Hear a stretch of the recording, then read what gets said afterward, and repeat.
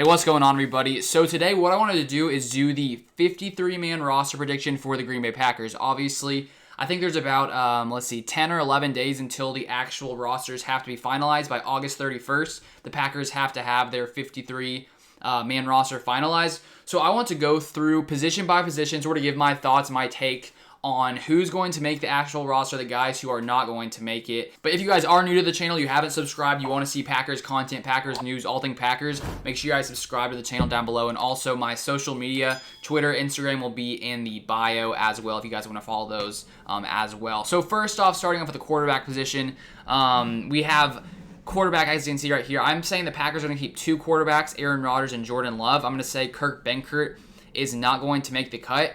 Just looking at the rest of the offense, I was just thinking they don't necessarily need to keep two quarterbacks on the bench at all times. Maybe Kurt Benkert, goes to the practice squad and they can call him up if they need him. That was sort of my thoughts on the situation. Obviously, he could be the third quarterback. The Packers could keep three. In the past, the Packers have kept two as well as three at times. But I'm saying they're going to keep two in this upcoming season.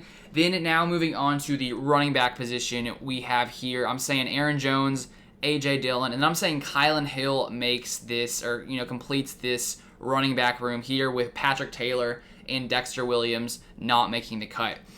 Just because of sort of how we saw the Packers, the way they're using Kylin Hill, not just in the backfield, but also on special teams when it comes to kick returning, it seems that he is the guy who's leading the front between those two other guys in Patrick Taylor and Dexter Williams. I did say how I really liked how Dexter Williams looked in that preseason game. I think he had 4 carries for 28 yards or something. He looked really explosive in that one game, but apparently it hasn't been as consistent in practice, and Kylin Hill seems to be a guy that's been consistent. The Packers really do like, a guy who they drafted in the 7th round of this 2021 NFL draft. So I'm thinking Kylin Hill finishes off this backfield. And then now moving on to receiver, basically for this entire roster prediction, there's tons of spots that pretty much are claimed, and there's probably a few spots at the end of each position that's sort of questionable, guys competing for the spots, sort of at each position. So first off, of course, Davante, no question there. Marquez, Valdes-Scanding, Alen, Lazard, Amar, Rodgers, and Randall, Cobb. I think those 5 guys are locks to be on the roster. Amar, Rodgers, a rookie. Yeah, he's going to be on the roster. Randall, Cobb. I've seen people saying, what if the Packers were to cut Randall, Cobb? I think that would just cause lots of problems. I don't see why, even if Gutekunst didn't like Randall Cobb being on the roster, they wouldn't have made the trade for him in the first place they wouldn't have picked him up, traded in the first place if they weren't planning on keeping him on the roster. That's my prediction. Plus the fact that Aaron Rodgers wanted Randall Cobb. If they were to release him, it would not be good, and I think there would be lots of problems. So I have no question. I'm 99.9% sure Randall Cobb is on the roster. So then the final couple spots are the ones that are sort of in question. Will the Packers keep 5 receivers, 6, 7? That's sort of the question. My prediction, I've said this before actually, is Devin, Funchess, and Malik Taylor end off the Packers wide receiver room. I think we saw in that preseason game just how good Devin Funchess still is, even though he has missed the past couple seasons. The only thing for him is he is dealing with an injury right now. Not sure how serious it is. So if it's a super serious injury, maybe he doesn't make the cut because of that. But assuming he's back soon and healthy, I'm saying he's going to make it, and then I'm also saying Malik Taylor will make it just because sort of his ability on special teams, the Packers seem to like using him there. So I'm thinking the Packers keep 7. Maybe they keep 6, and maybe Devin Funchess doesn't make it, but that's going to be my prediction. I'm going to say 7 wide receivers for the Packers roster. Then coming here to tight end, we got Robert Tonyan, Marcedes, Lewis, Josiah, Deguara. I think those guys are locks. I was questioning Jace Sternberger versus Dominique Dafney because we did see the Packers use him a little last year, Dominique Dafney. But Jace Sternberger, he's coming into his 3rd season now. He looked pretty good in that preseason game. I did see some quotes from one of the coaches who was saying that it seems that he hasn't picked up the offense as quick as he should. Maybe he's not putting in enough work or something like that. So maybe if that's the case and they don't like how he's developed, they'll release him. But I still feel like he's done just enough to make the cut. So those are going to be my picks for the tight end position. And then now here to the offensive line that is so stacked with depth. The first question is whether David Bakhtiari is going to be healthy to start the season. If they put him on the PUP, physically unable to perform list to start the season, he'll miss the first 6 weeks. And so if that were to be the case, maybe one of these guys who I'm saying doesn't make the cut, maybe they get pushed to the roster until David Bakhtiari returns. Like maybe Josh Nijman could possibly make the roster, but I'm going to assume David Bakhtiari is healthy, but maybe he's not. So we're going to say David Bakhtiari, Elton Jenkins, Josh Myers, rookie center, Royce Newman, who really looked good in that preseason game, who's getting a chance to start at guard this next preseason game. He really seems to have pushed his way forward. 4th round pick. Then we got Billy Turner, Ben Braden, John Runyon, Lucas Patrick, Dennis Kelly. I think that, John Runyon and Lucas Patrick both are solid depth. Potentially, John Runyon or Lucas Patrick starts. They both started in the preseason game. But Royce Newman could be pushing past these guys at guard, potentially. Maybe John Runyon still starts. Sort of just depends on if David Bakhtiari is healthy, sort of what the Packers do when it comes to moving the line around. And then I'm saying Dennis Kelly will also make it. A guy the Packers picked up, somewhat recently in this offseason, and he's a guy who I think he didn't allow any sacks last year, or it was one. It was something like that. So I think he'll make the cut. So that means these guys down here, I'm saying, aren't going to make it. Cole Van Lennon, another draft pick this year.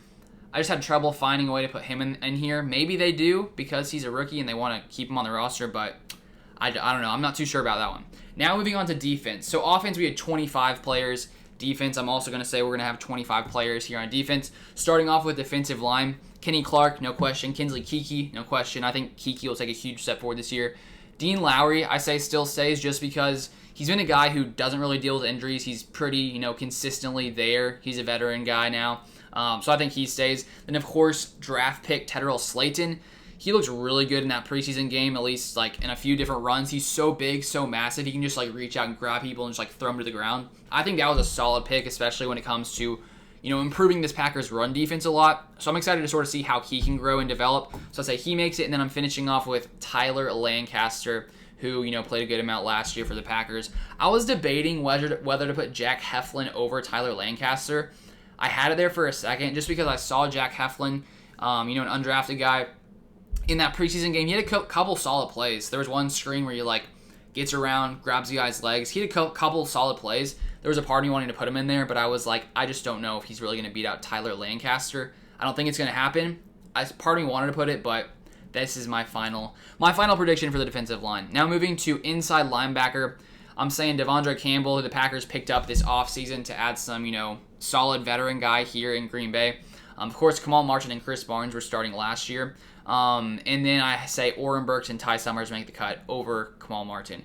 This is where I was, if there's one area where I'm the highest percent chance of me being wrong, it may be this. Maybe not. The fact that Kamal Martin won't make the roster considering last year, he started a lot last year. He played a lot last year. The reason is I think Oren Burks is taking a huge step forward. He's looked really good, especially in that preseason game. He was flying around the ball. Also, Ty Summers looked pretty solid, and they're both special teams guys. And so with those guys sort of seemingly taking a step forward, and Kamal Martin dealing with an injury, they were also using Kamal Martin a little bit at outside linebacker, and just sort of thinking about that, it's if he really was a great inside linebacker, why would you be testing him out at outside? If I'm wondering if they're sort of thinking, can we use him in other ways if maybe he's not good enough for this position? Maybe I'm completely wrong, and maybe I've got this wrong, and maybe Kamal Martin is a lock for the roster, but I don't know. There's a part of me thinking he's not, though. So that's going to be my prediction. Maybe I'm wrong. We will find out in the next 2 weeks or so. So let me know your thoughts on that pick. But that's my thoughts on the inside linebacker position. Now moving to outside linebacker, Zadarius Smith, no question. Preston Smith, no question. Rashawn Gary, no question. Then the last two spots on here were sort of the spots where I was, contemplating. In the past, the Packers have kept 4 outside linebackers sometimes. They've kept 5 as well before in the past few seasons. And so I was sort of debating whether they keep 5, whether they keep 4. I think it's likely they could keep 4. Maybe it's 5 though.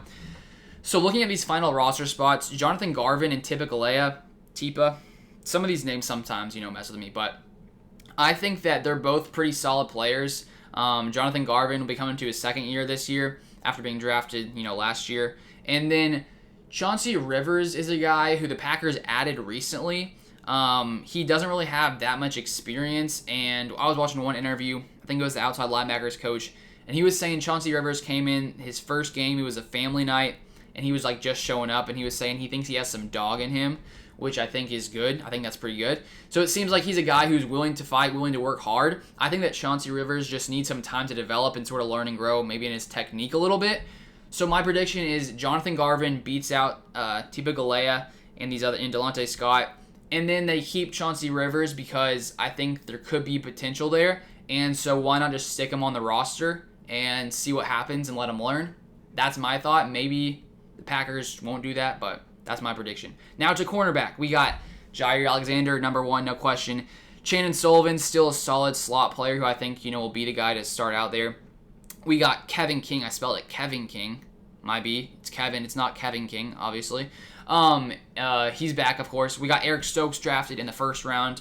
I think he's going to be a beast, once he develops and grows. We got Shamar Charles, another draft pick, more of like a nickel slot guy. And then here is where I was contemplating. Do the Packers keep 6? Do they keep 7? Who knows? And then I was looking at these other guys. So I say Kabian Ento makes this roster just because he was actually the top graded Packers defensive player in that first preseason game. The PFF gave him an 82.4 grade. The next closest guy was Henry Black at 76.2. So I've heard his name come up a lot. Reporters talking about him looking good, having lots of solid plays. And so I think he's a guy who's going to make this roster just because he played well in that preseason game. He seems to be doing well in Packers, training camp and practice as well.